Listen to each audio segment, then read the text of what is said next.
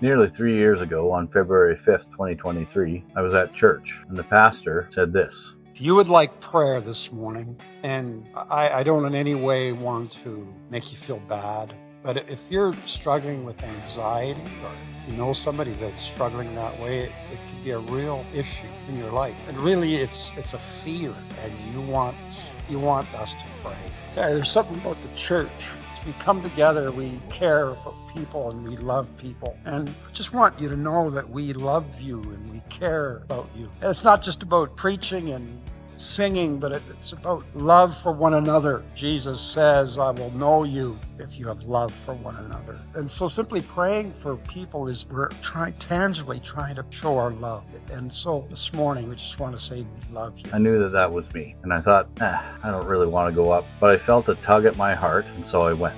Pastor prayed for me as well as other people, and I went back to doing sound. I was doing sound at the church at the time, and I thought nothing of it. Over the course of a week, I woke up with less and less depression and less anxiety, to the point where I woke up one day completely free. I had been trying some experimental drugs, but I stopped taking them because they actually made the anxiety worse. And for the longest time, I wasn't sure what happened. I did believe in miracles, but I wasn't sure what had happened. I'd also been exercising a bit, and that made me feel a bit better, but after a couple of weeks, I realized the depression and anxiety were completely gone, and that I was not the same person I was before. I suddenly had peace in my heart and joy, and the last 3 years have been a wild ride. As I mentioned in my previous video, I had moved back to my hometown. What I didn't add is that I was living with my parents at 42, 43 years old because of how broken I was. I had been bullied at work. I forgive the man now, but I was bullied at work, and he had destroyed my self-esteem to the point where I could no longer do the thing that I was good at, and I had to quit. And I tried getting another job, but anything I do, my brain would just start on fire and I wouldn't be able to focus. I was in prison. It was also around this time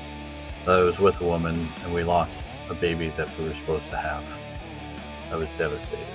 I wanted to die. In 2019, I tried to take my life. Thankfully, it didn't work.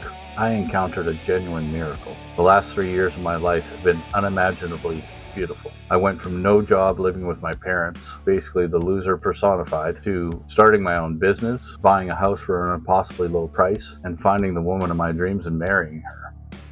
I've encountered more miracles than I can count. God has been very good to me. Not exactly sure why I'm making this video today, but ultimately I want to encourage you. If you're broken and lost like I was, I'm convinced the only answer to that is Jesus. It's not church, it's not the religious, it's not following rules, it's following Jesus. I believe with 100% certainty that He is the way, the truth, and the life. I was lost before I found Him, or He found me. I was wrong about who Jesus was.